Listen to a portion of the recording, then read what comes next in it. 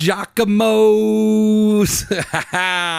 Sal, he's the man. Giacomo's Italian Market. We had him on the podcast. We're doing a pop-up together. I don't know if I've met anyone who as real as Sal. He hugs me every time I see him. I love Sal. And you know what else I love about him? His food. His food is fantastic.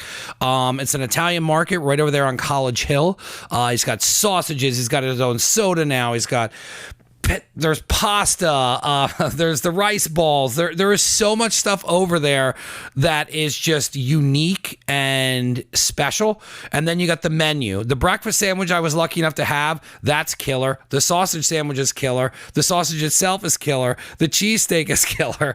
Giacomo's is such a unique thing to this area, and I'm so happy it's like 10 minutes from the studio. But Giacomo's, man, they are on... 700 Cattell Street in Easton, College Hill, and you can go to giacomositalianmarket.com. I cannot wait to do more things with him. I'm selling his sausage sandwich called the G-Spot. We're doing that on our pop-ups. So that is Giacomo's Italian Market. Please go check them out. Love them to death. They are a new sponsor, and thank you so much for sponsoring the show. Mindleaf CBD. I'm a lot calmer with this read. You know why? Because I'm using these products from Mindleaf.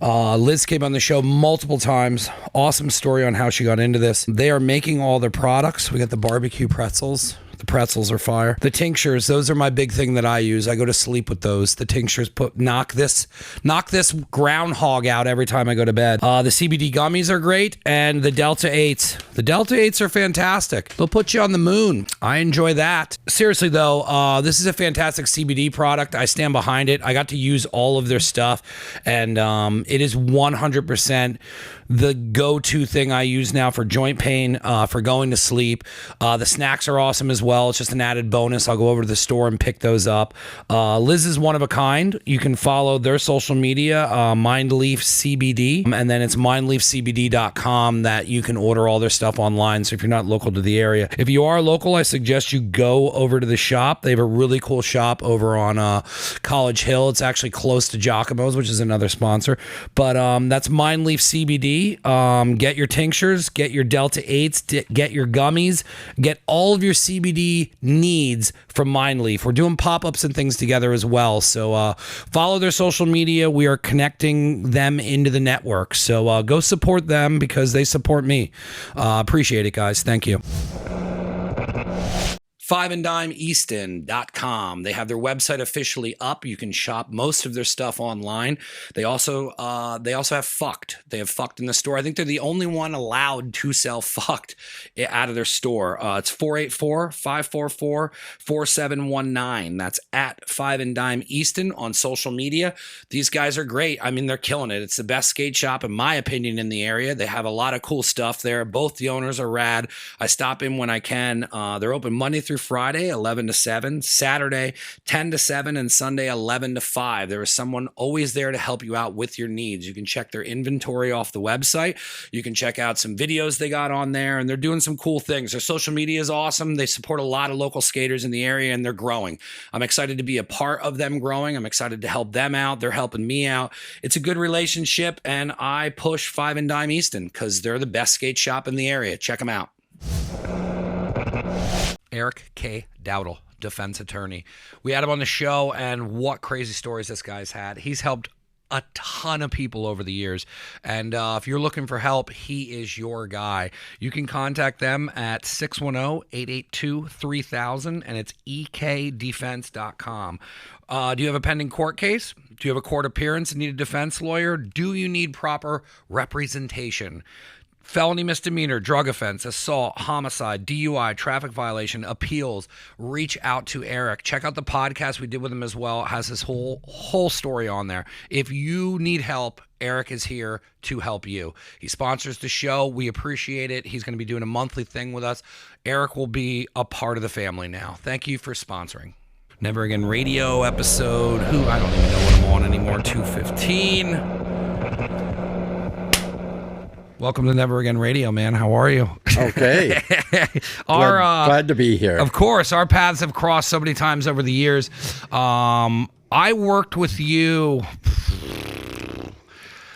probably right when I started getting Never Again together. I don't know if I was still at Cherry Hill at the time or if I was just leaving Cherry Hill, and you made me a sign for my convention. Yes. And we did, that was the first time we worked together, and you were so professional. You didn't, any headaches or hiccups we had, you worked with Rizart, who was doing the font, and that was literally the centerpiece and like pretty much the beginning of this whole business, because I was running conventions back then, which I don't even really do anymore, but I was hitting the tattoo conventions, and this wasn't a thing. It was just t-shirts. Yes. And then, of course, you are Brian Jandrew's neighbor. Yes. So then we crossed paths there. I believe you worked with my friend Kelly from All Gussied Up back in the day. Oh, yes. I made all her signs. Yes. And you've always been kind of a staple of Nazareth, and I've always seen your work.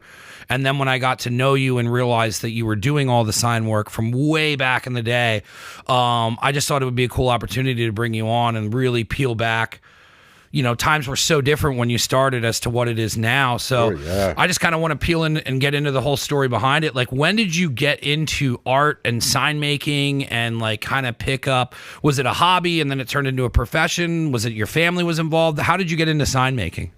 Okay, well, I started out at 10 years old painting oil paintings. Took oil painting lessons. I had art in high school, Nazareth High School. I graduated in '68, and then I went to Northampton County Community College for 2 years, doing commercial art there. Then when I got out, I had a portfolio, huge portfolio, and I went around to all different places applying Knocking for jobs. on doors? Yeah, and everybody said, oh, you need experience. Well, how do I get experience? Yeah. Nobody wanted to give me a break. So in 1970, July the 10th, in 1970, I opened my own business. I thought I'm going to get involved with paint. So I opened a paint shop on Jacobsburg Road, and I opened a dune buggy shop downtown That's Nazareth. crazy. There's a dune buggy shop in Nazareth? Yes, 203 South Main Street. What was the name of it? It was B.R. Hoch Creations. Yeah. And, well, we sold kit cars and dune buggies. What did they do that with, the old Volkswagens? Yes. Yeah. We built all this stuff on the Volkswagen frames, and it was fun. I had all the parts to build cars. I had the bodies actually back on Jacobsburg Road because they took up a lot of space. Is that the same property you're at now? Yes. Damn, you've had that property that long. Well, I was born and raised there. Yeah, that's crazy. Yeah. So you've probably seen the whole area change. Yes, I did. It got it was a nice, quiet Yeah, I'm neighborhood sure. back in the day. But anyway, the downfall of the dune buggy shop, the day I opened up, Myers Manx in California, the originator of the dune buggy, closed its doors. It's like, oh, now that's bad news. How many dune buggies do you think you worked on while you had it open? Well, there was a whole crew of people that had them. We used to get together for parades and all kinds of things, but they would come over. I did upholstery in them, installed some of the parts and so forth. I'd say maybe 18, 20 different That's buggies. crazy. Yeah, it was a fun time. With you saying you do upholstery, so you're kind of not, you're really like into creating and like really getting into everything really outside of painting. Yeah, the customizing. Well, the hard tops that they would put on the buggies, I turned that upside down and did a diamond tuft upholstered ceiling in that thing. That's awesome. Yeah, that was cool. So then when the dune buggy shop kind of was fading out, were you still doing the paint and still doing another thing? Because you had two businesses, correct? Yes. About a year later, after the buggies faded, I combined shops out on Jacobsburg Road and basically was doing mostly painting. And so it went from, well, I started doing airbrushing motorcycle tanks and fenders. What year was that? Let's see, that was about 72, somewhere around there. And then in 74, I airbrushed my own Dodge van. Yes. That was, What did you have on it? I had space. Tell me it was a Viking. Space Oh, scenes. Spice. Yeah. That's cool too. On the front hood. Was and on anyone the doing side. stuff, anything like that in the area? Were you kind of sticking out for doing the doom buggies and There the paint was- and whatnot, or was that a big thing that was going on? There was a airbrush guy over in Easton Yeah. that we got to be friends. But the vans really took off in the 70s. Yeah. And I was doing all kinds of striping and murals and then customizing roof vents, skylights, portholes, carved running boards, spoilers. That's so crazy. So when the clients would come to you, would they have a general idea, or were you kind of be like, look, like I think we should do this, and like would you draw them how it was going to look, or like how would you walk the client through kind of the build out of the van? Yeah, they would have their ideas, and I'd have to pick their brain, you know. Yeah. And it's been the same. It was similar to how when we put the board together. Yeah. The key is do what the customer wants. Yeah. And make them happy, you know. Find out, communicate, and find out exactly what they want, and when they walk away happy, they do your advertising for you. Yeah. You know. So, yeah, the mural days were pretty awesome. How long did that take for you to do like a full custom job on a van, like if you were getting into the mural and all that? Well, it depends. Like if it was upper sections, I would take sometimes a couple weeks for all the detail. And then I got involved. It was all automotive paints. And I would finish off with acrylics with a brush, you know, like blades of grass and stuff, anything that needed high detail in the foreground. And then I would polyurethane everything for the lastability. That made things last upwards of 12 to 15 years. That's crazy. Yeah. Did you take pictures of all the vans? Yes. Do you still have them? Yes. Awesome. Yeah, I got two thick albums of Yeah, stuff. that's cool. Yeah. So, yeah, from the vans and, let's see it. I did a car. My first car was a Gremlin. Yeah. Right. You got to be kidding me. Nah, you did all the cool stuff. That was all the, that stuff's like coming full circle, and everybody's into the vans. My buddy Bobby, who came on, he got an old van, and it's like that's a thing now to like redo them. Yeah. Well, this Gremlin, the guy wanted a Star Wars mural on the hood. That's nuts. Yeah. I did a pearl white paint job on the whole car. Gold metal flake stripes down the sides. And I put an orange paint on top of it, which was called Rebel. And it would shrink and expose the paint underneath. So that was a neat effect. And then put the Star Wars mural on the hood. And I polyurethaned the whole car. What a job. When you were getting into the cars and the vans, was this something you learned in school, or was it just something that you kind of like built the craft off of doing your own van, and then each project, you keep dialing in the technique until, you eventually you get to like a pro level just from, getting your hands into it? Was it something that you learned? I mean, you don't just paint a van and, figure it out. Or is that how you did it? Well, I had a guy helping me that came out of Votech school. Yeah. When I opened the buggy shop and the paint shop.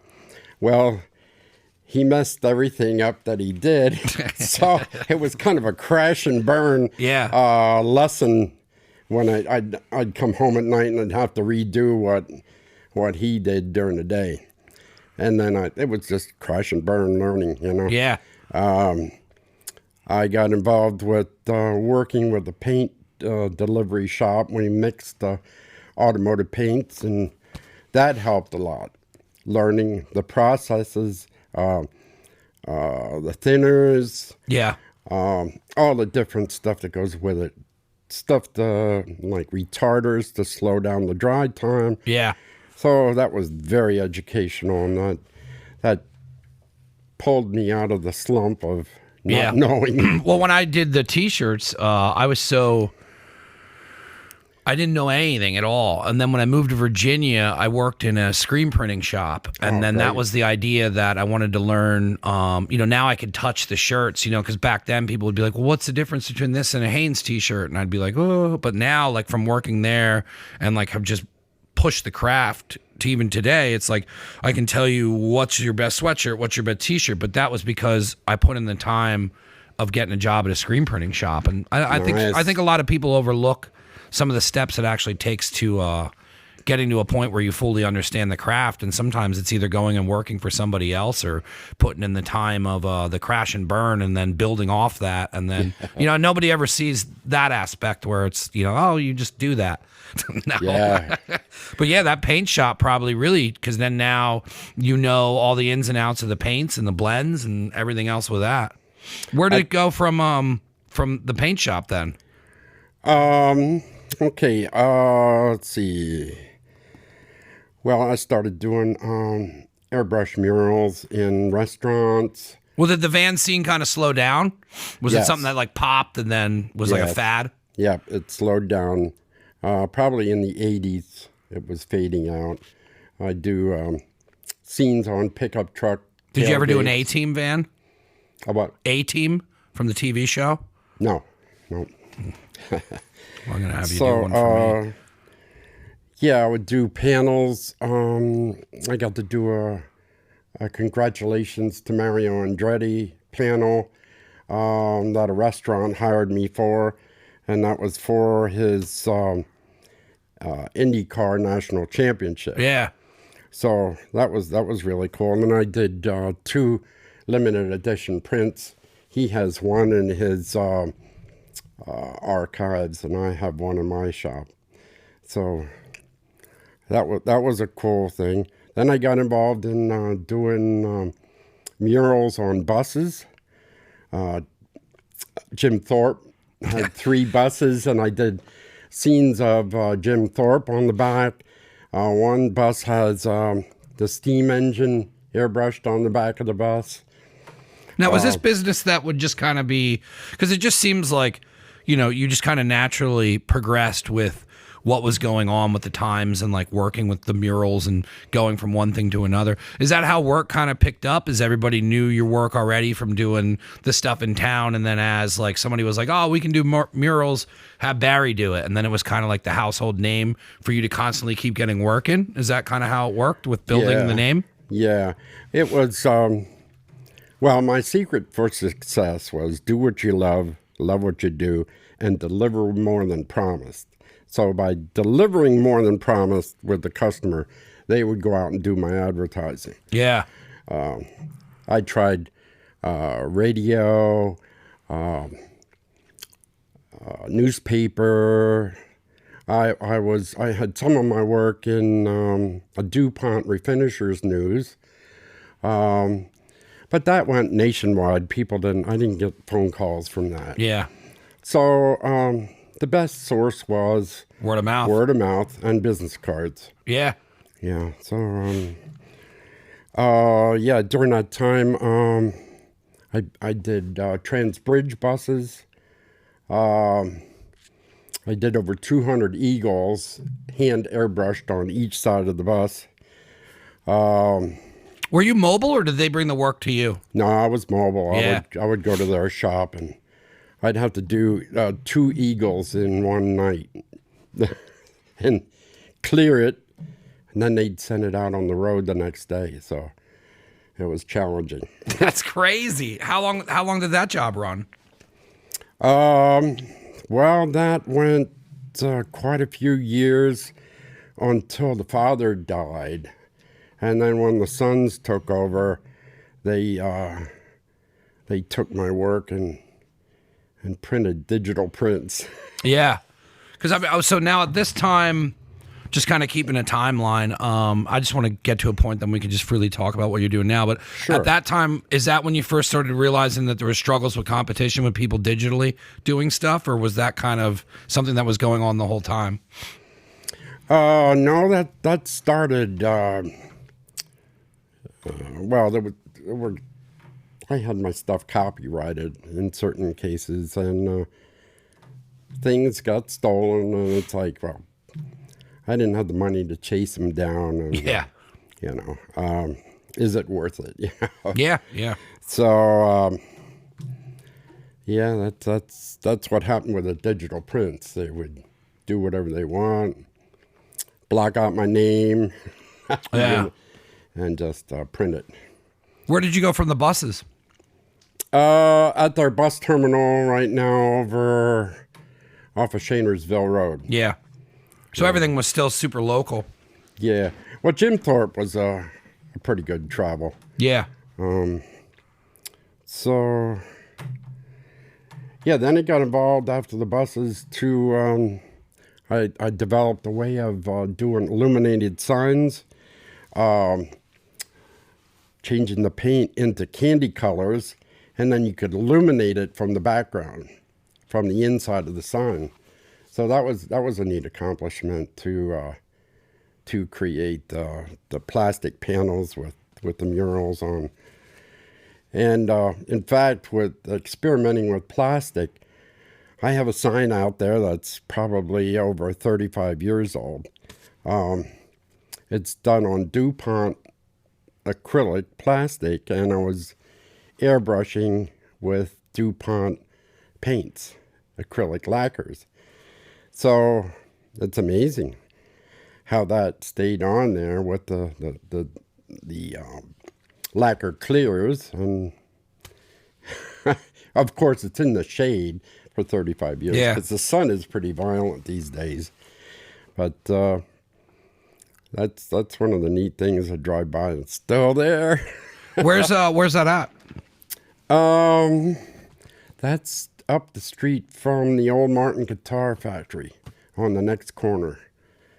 With the Williams residence. Yeah. Yeah, it hangs off their lamppost. That's crazy. It's got to be a trip for you to still be doing this and then be driving around and still seeing your work and your business still getting work and still just chugging along. Like that's probably the most motivating thing I see is that you haven't stopped ever pushing your work, being an artist, developing to keep up with the times. I mean, I don't know in that time, but I mean, it seems like you were constantly pushing to be relevant with art and keep moving it forward. Is that something that you enjoyed, was the challenge of pushing your knowledge of the art and how you create? Because I mean, with that aspect of you having to constantly do that, you have to create more than, you're constantly creating. And from the artists that I have in here and just people in general who are like art driven to do music or whatever, there's an itch where you're constantly having to create. It's not something that you choose to do. It's just, it kind of chooses you. So like, was that something that you enjoyed, was constantly changing the craft to keep up with things and then pushing your boundaries? Yes. Yeah, that was always challenging. If you sat back and got lazy, well, then you didn't get paid. Yeah. But one of the biggest challenges was back in 1985.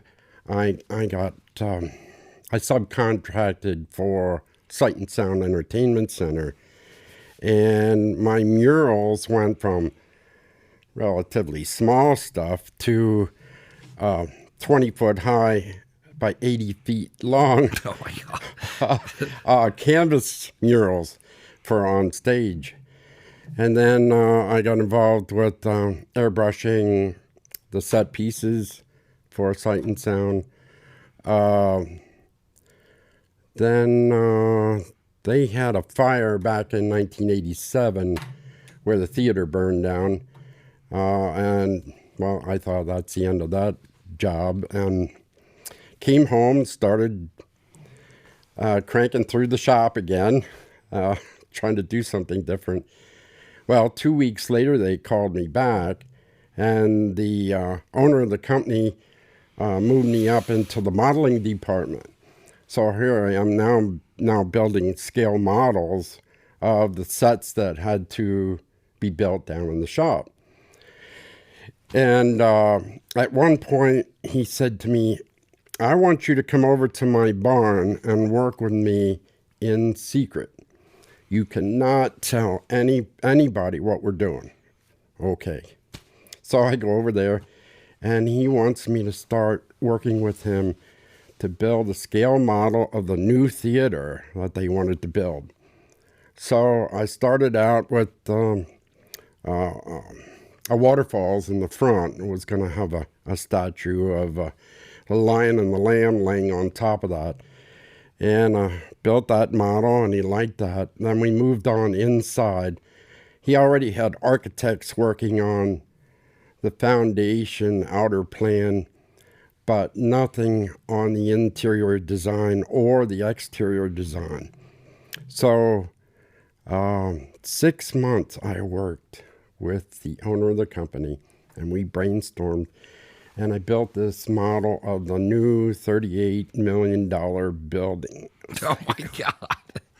It's got to be a trip for you to be, starting this from not being able to get a job or anybody hiring you, and you don't have experience, to just opening your own shop, to doing dune buggies to vans, and then what a wild ride it must have been to be able to just do all, and then the fact that you're like, no, I don't just paint.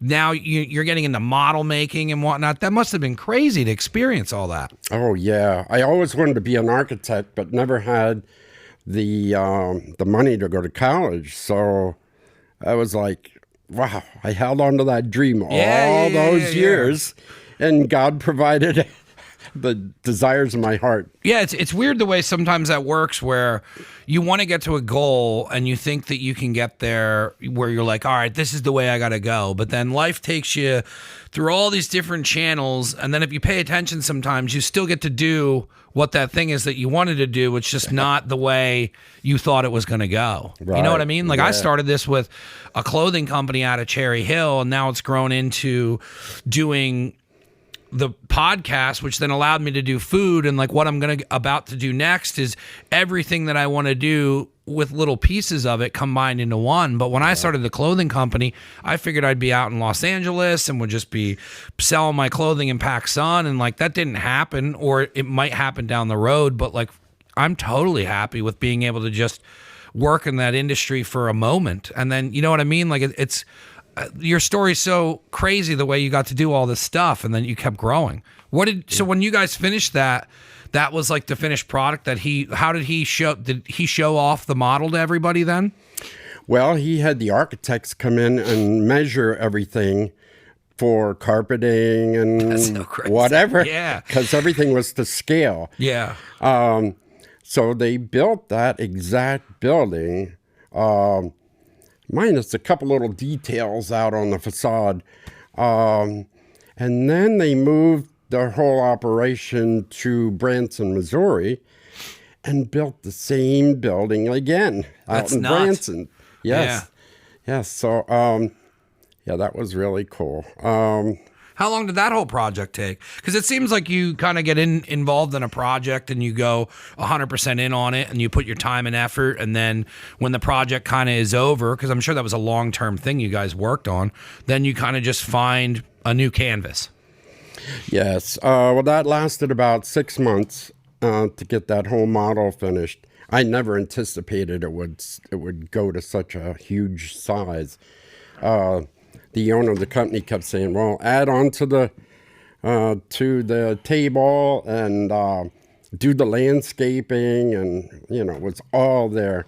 And then they had a backstage tour at one point, and the modeling was part of the backstage tour. So after that was completed, I went to Quinlan Scenic Studio in Marcus Hook, and there they needed an assistant lead artist, and we did stuff for Milton Bradley, Parker Brothers, and Disney, and took their small items, toys basically, and made them huge, and I airbrushed them for the New York Toy Show. And this is all just people knowing you because of your craft and word of mouth at the time. Yes, I'd go in and help them now and then. Yeah. Whenever they'd need help. And, well, there was carving involved. I helped carve styrofoam pieces, and then we hard-coated them. And it was wild. I worked with other artists. We did murals. Instead of on the wall, they were on the floor, and we had to walk around in our socks because if you'd step in wet paint with your sneakers on, you wouldn't even know it. You'd track that all over the mural. But if you were in your socks, then you'd feel it right away. Stepped in something wet here. Yeah. So that was a fun job. How many people worked on that project with you? Well, they had a team of artists of about 10. But I'll tell you what, being hired as an assistant lead artist, I got in there and it was like, paint cans everywhere. I mean, wherever the artist would drop their stuff, that's where it's sat. Yeah. So I organized all the paint shelves, got into the spray booth. And You like organizing before you work? Like having a clean, sharp space to work in? Yes. Yeah. Oh, well, I grew up in a tight quarters. Yeah. So I always had to keep everything organized so I knew where it was and so I could work accurately. It's not a bad habit to have. Yes, it is. and most artists are very disorganized. I'm just saying to be organized and to run things that way, as long as you don't go into like the OCD, I have to have everything, organized. But I'm sure they appreciated you organizing things. Yeah. Well, I went through, there were drawers of dismantled spray guns and airbrushes. So I took all these parts and laid them out, cleaned them all, and assembled them, and got a whole bunch of things working for the guys. So that was a different project too. That lasted maybe 5-6 months. Yeah. Then I came back home to Nazareth, and got a whole brand new idea on that I never thought about. I got involved with sports. And I started airbrushing gym floors, the center court, the 12-foot center court. So during the summertime, I was on the road the whole time. Did you like to travel? Yeah, that's cool. Yeah. From the time school left out to the time school would start, I did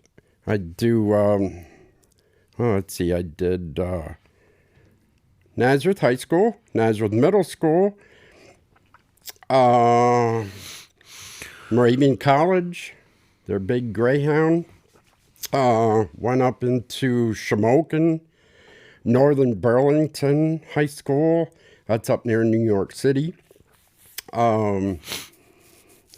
Princeton University and Wilson High School. I did all their... That's crazy. Yeah.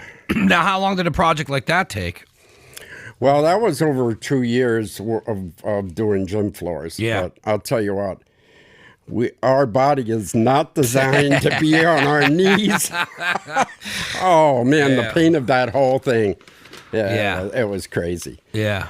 So I bought a gurney from the Nazareth ambulance. And then you kind of propped yourself up. Yeah, I'd lay on that gurney with my arms extended that I could airbrush, and I'd push myself around on that. Yeah. But after a while, then my neck would get stiff. Yeah. Holding that up. So, yeah, it's always new challenges. Yeah. What time, like what year are we in now when you're doing stuff like that? Oh, let me see. That was 2000, 2001. Yeah. And at the same time, are you doing like sign work and stuff on the side, or is this primarily like just like heavy long-term projects you're getting into still? Well, in 2000, I got computerized.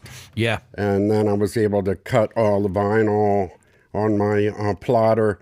I was able to plot out drawings. Yeah, so this is where you're making a transition now to get into vinyl. Yes. And not get away from hand, but kind of combine the two. Because I think when we did it, we did vinyl and hand paint, I believe it was on the sign. Yes. So what was that like for you to kind of start getting into? Did you look at it as something you had to do? Or did you look at it as like, hey, here's this new technology that can take an art form that I can now make my own? Yeah, I thought it was interesting. But again, crash and burn. I had no lessons on the computer, so No. do this, do that, keep trying to Yeah. trial and error, So yeah, I had to work with I worked with Flexi Sign program. That was a $3,000 program. Yeah, those programs for any of that stuff weren't cheap. Yeah, so that was neat, and got the clip art books and started. Clip art, I forgot about all that. Yeah. You could put all this stuff together, and then I got involved with the digital prints. So I could take my airbrush paintings, transform it into printed vinyl, yes. Yeah. And stick it somewhere, reproduce it as many times as you want. So right now I'm doing preserved farmland signs for Northampton County.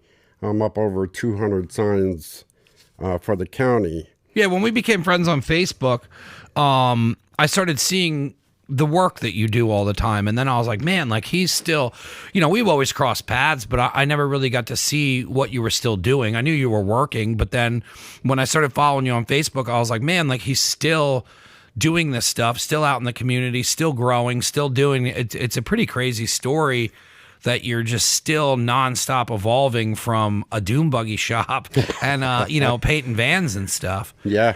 When you got into, the digital version of it, and then now you kind of have like a whole arsenal you can offer where you can do this, the airbrushing and the digital. Like, what was it like now having businesses from Nazareth and people kind of like, because I'm sure you've seen this town change a bazillion times, but I mean, for people to be coming to you and then driving around town and seeing the work, what was that like for, like I saw the project, what was it you did, like the top of the one steeple in town or something, but it seems like you do a lot of really cool projects right in the borough.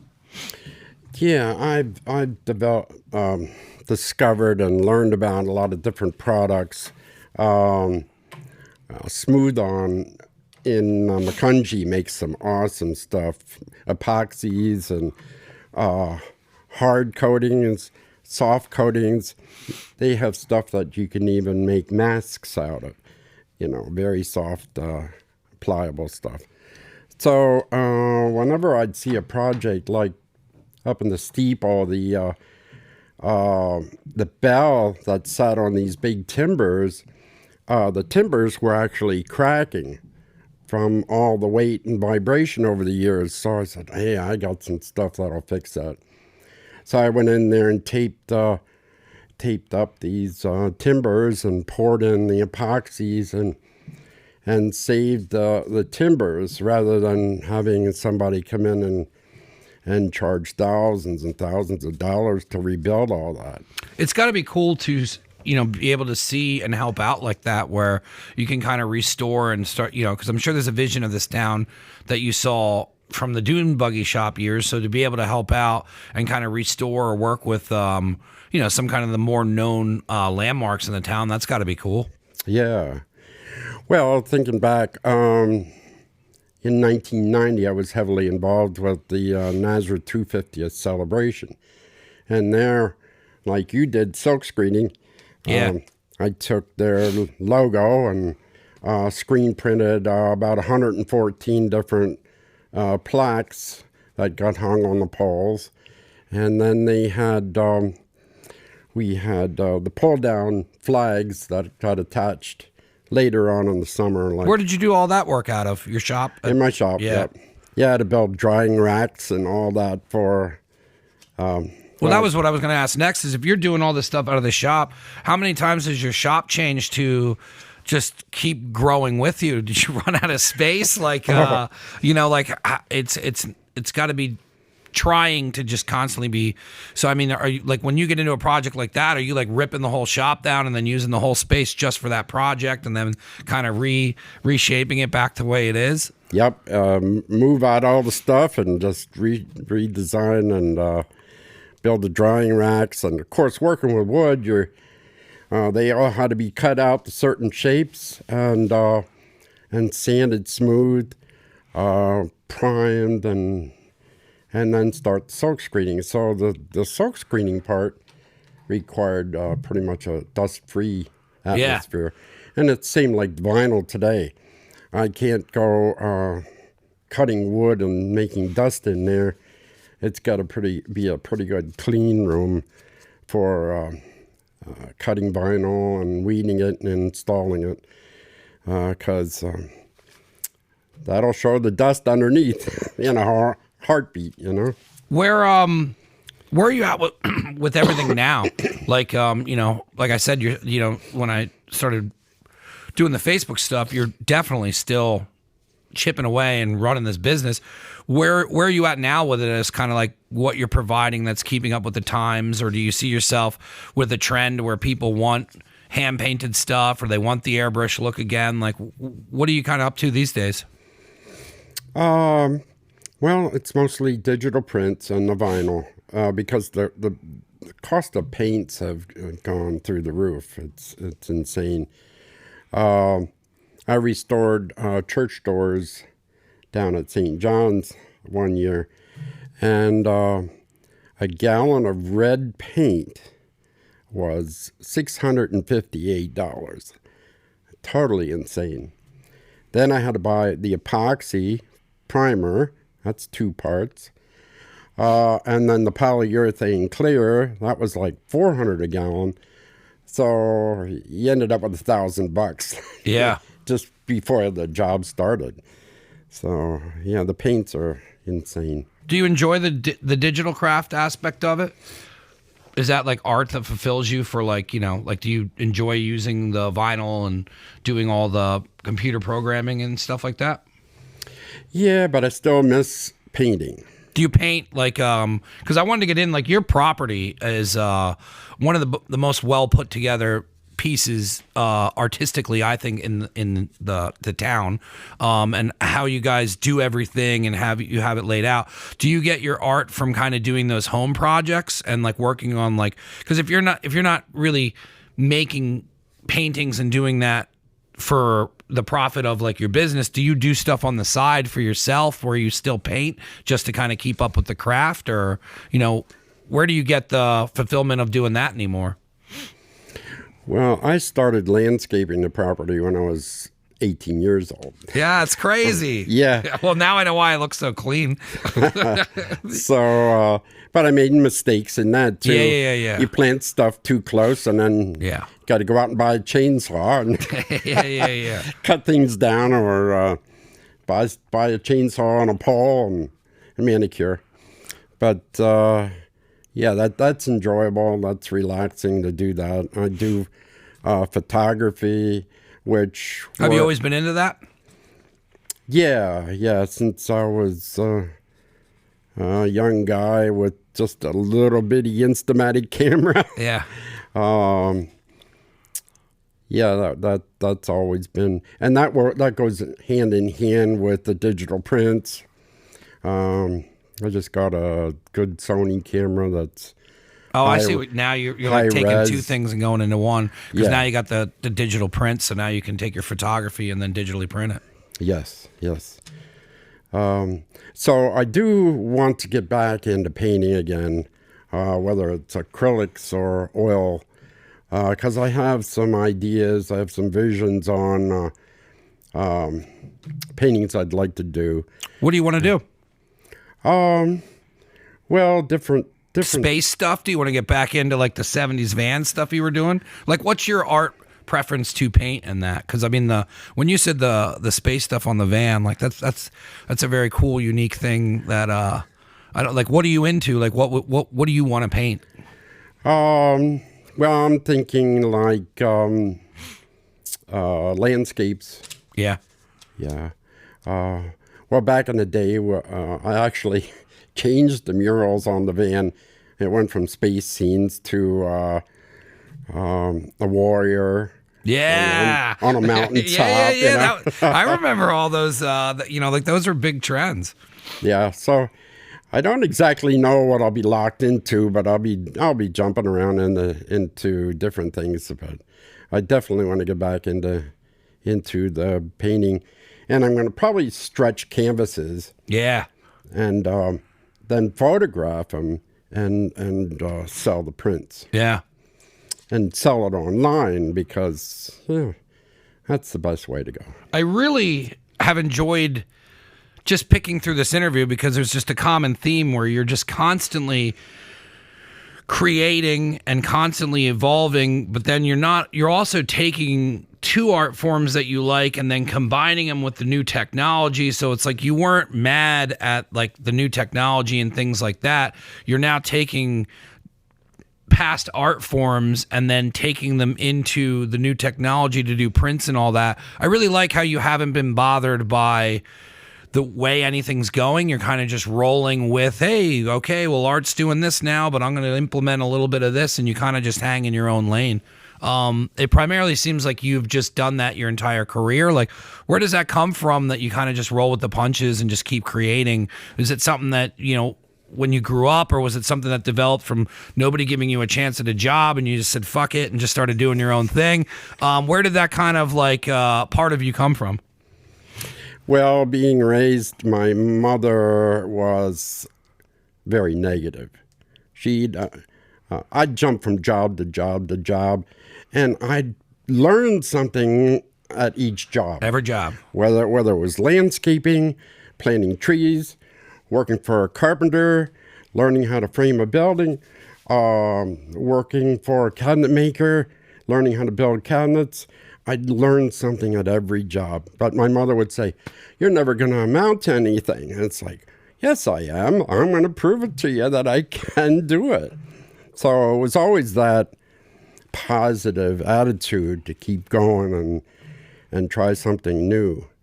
Even with the times of COVID, where the lockdowns began, I did more banners and yard signs than I ever did during that time, because I'd make a yard sign that said, hey, it's they used to do the drive-by birthdays. It's Holly's birthday. Blow your horn. There's stuff that I look at from my parents growing up and was like, wow, that's so weird. And now that I'm in my 40s, I look at like my friends' kids, and when they get older, you know what I mean? Like, it's going to be such a weird thing to look back on. But that I picked up a lot of business with T-shirts, like, because there were like a lot of businesses were printing shirts to kind of like support businesses by buying shirts. I don't think I did any. I don't think I've ever done more sales than in that time, and I didn't get a handout, so it was like, I had to work. I wasn't getting anything, so.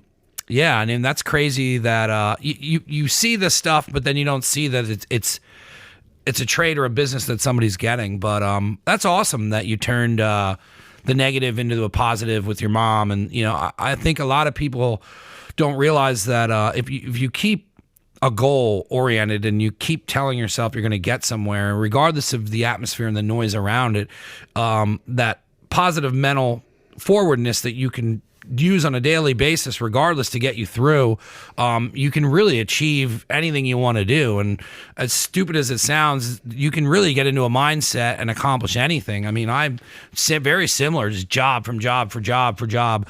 My parents were always concerned on where I would land, and it would always be like, oh, well, you're doing this now, you're doing that now, and then this is completely developed into like what I do for a living, and that's solely out of me not stopping and thinking about getting getting to here, even though, like we were saying earlier, did I think that I would be in this basement getting ready to move into an upstairs building and opening all these different things? No, but like I knew I could get somewhere, and keeping that attitude has completely made me into a man. It's made me into everything that I have, and I don't think I would ever want to change it any other way, even for the amount of downs I would have. I mean, your story's pretty incredible on how much you just completely changed with the times and kept going. And then, like I said, getting into taking an old style and then adding the new technology and not really bitching and complaining, and you're still crushing work on a daily basis. From what I see when you're posting, I'm like, damn, this guy's look. When you were doing the steeple thing, I was like, oh, I forgot how much stuff he does in town,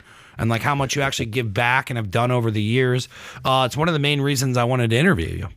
Oh, thanks. I appreciate that.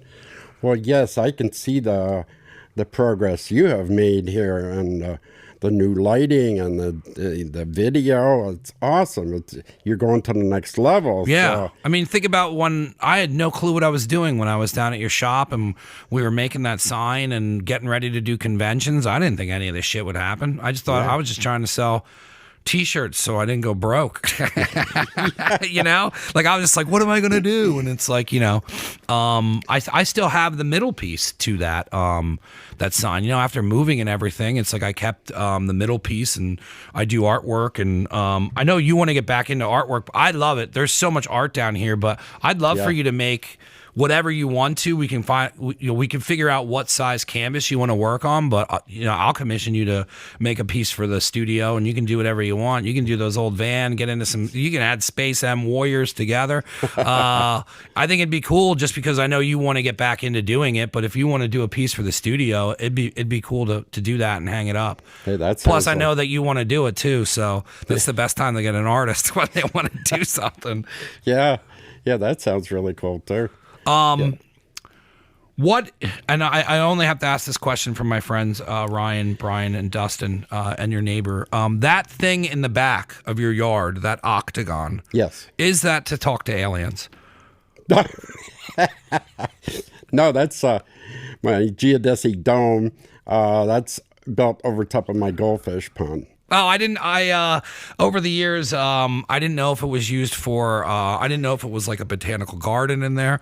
So there's a koi fish pond in there? Yeah, well, it's all goldfish, and there's a fountain running in there, and it was an experiment I did to show me how much the sun would solar heat that pond. Yeah. And it works really nice. It never freezes in the winter. Do you have, is it like, did you do your whole art touch on the inside? Is it like is it painted, and is it like kind of like a thing that you hang out in and can like check out the pond, or is it just solely a structure to keep the pond warm? It's basically a structure. I have decor in there of different tropical things. Yeah. And a palm tree. Yes, and, that's what I was hoping was in there. Yeah, like it's a fake palm tree, but yeah, it's cool. And in the summertime, I put live plants in there. Yeah, no, I love your backyard. I think it's one of the coolest. Thanks. And then always seeing that, I forget which one of the guys it was, but they were pretty convinced that you were trying to communicate with aliens in outer space. Well, back in the day, back in the 70s, I had a backyard party, and I built a spaceship on that tower. Yes! How big was it? 20 foot in diameter. Yeah. And we had Kelly Richmond from ZZO out there on stage spinning tunes. So it was a spaceship that you can go in, or was it like a spaceship stage? It was elevated up probably 12 feet high, and then it had lights around the perimeter. It had lights that shine down on stage. Yeah. And then the year after ZZO was there, we had Rest in Power, Bear Man. We had a huge party of for Gandalf, the band Gandalf. Yeah, and it was You probably didn't even have neighbors back then, did you? Not many. Yeah.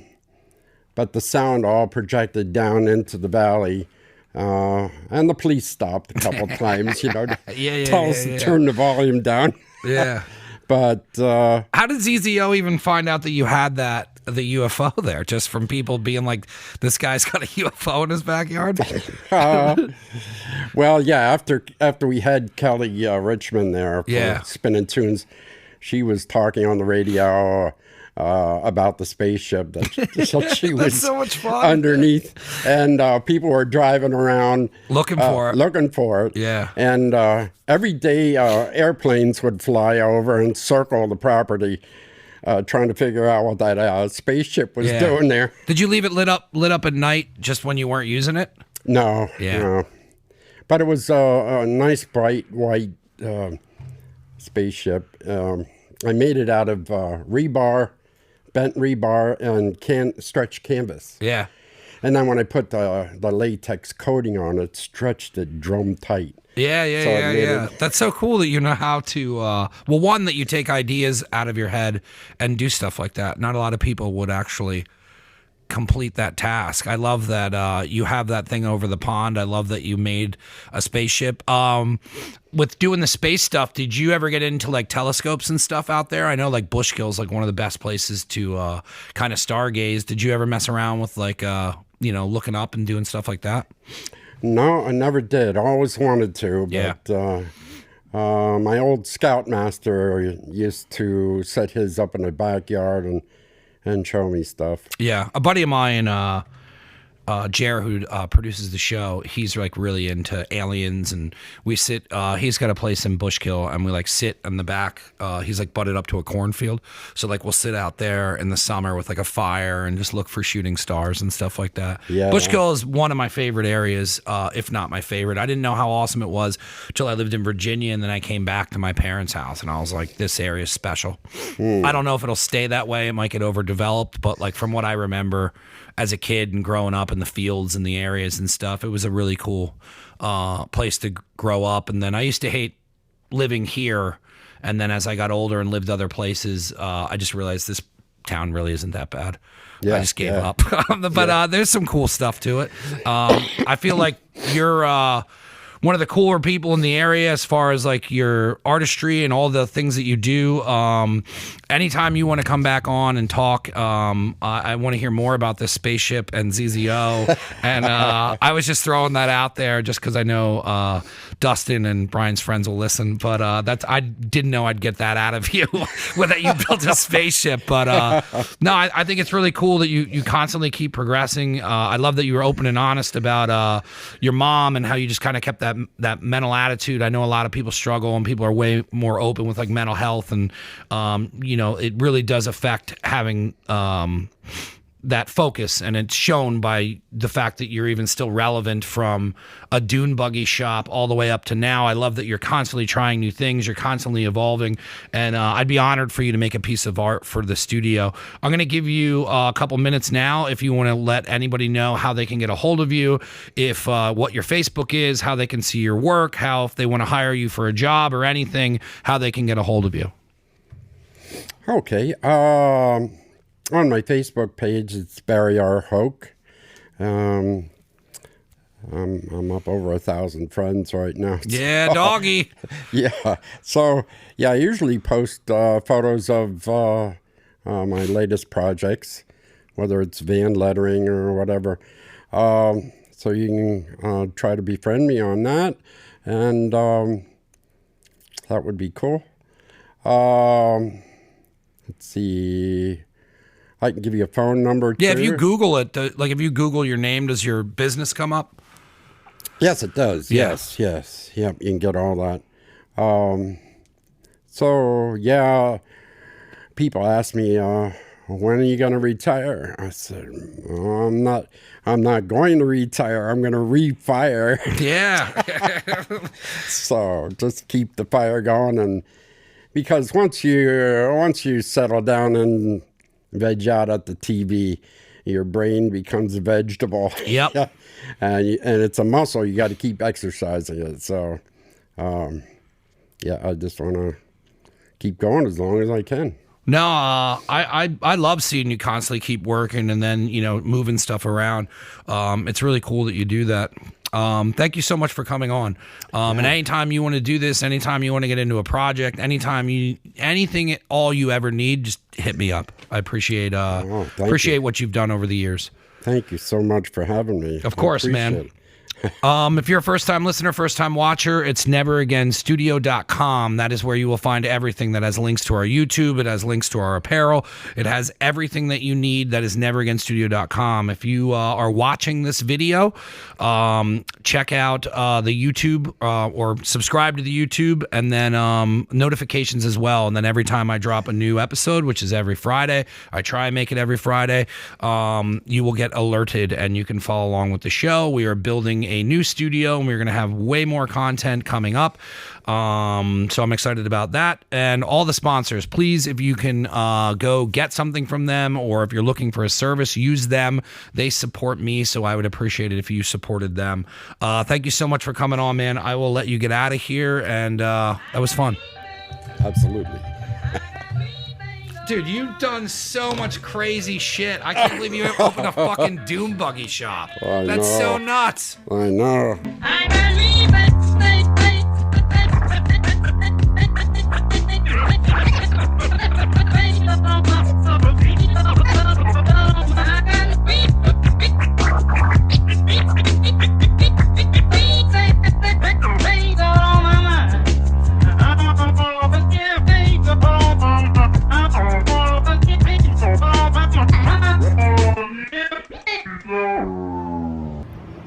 Never Again Radio. Get into it, brother.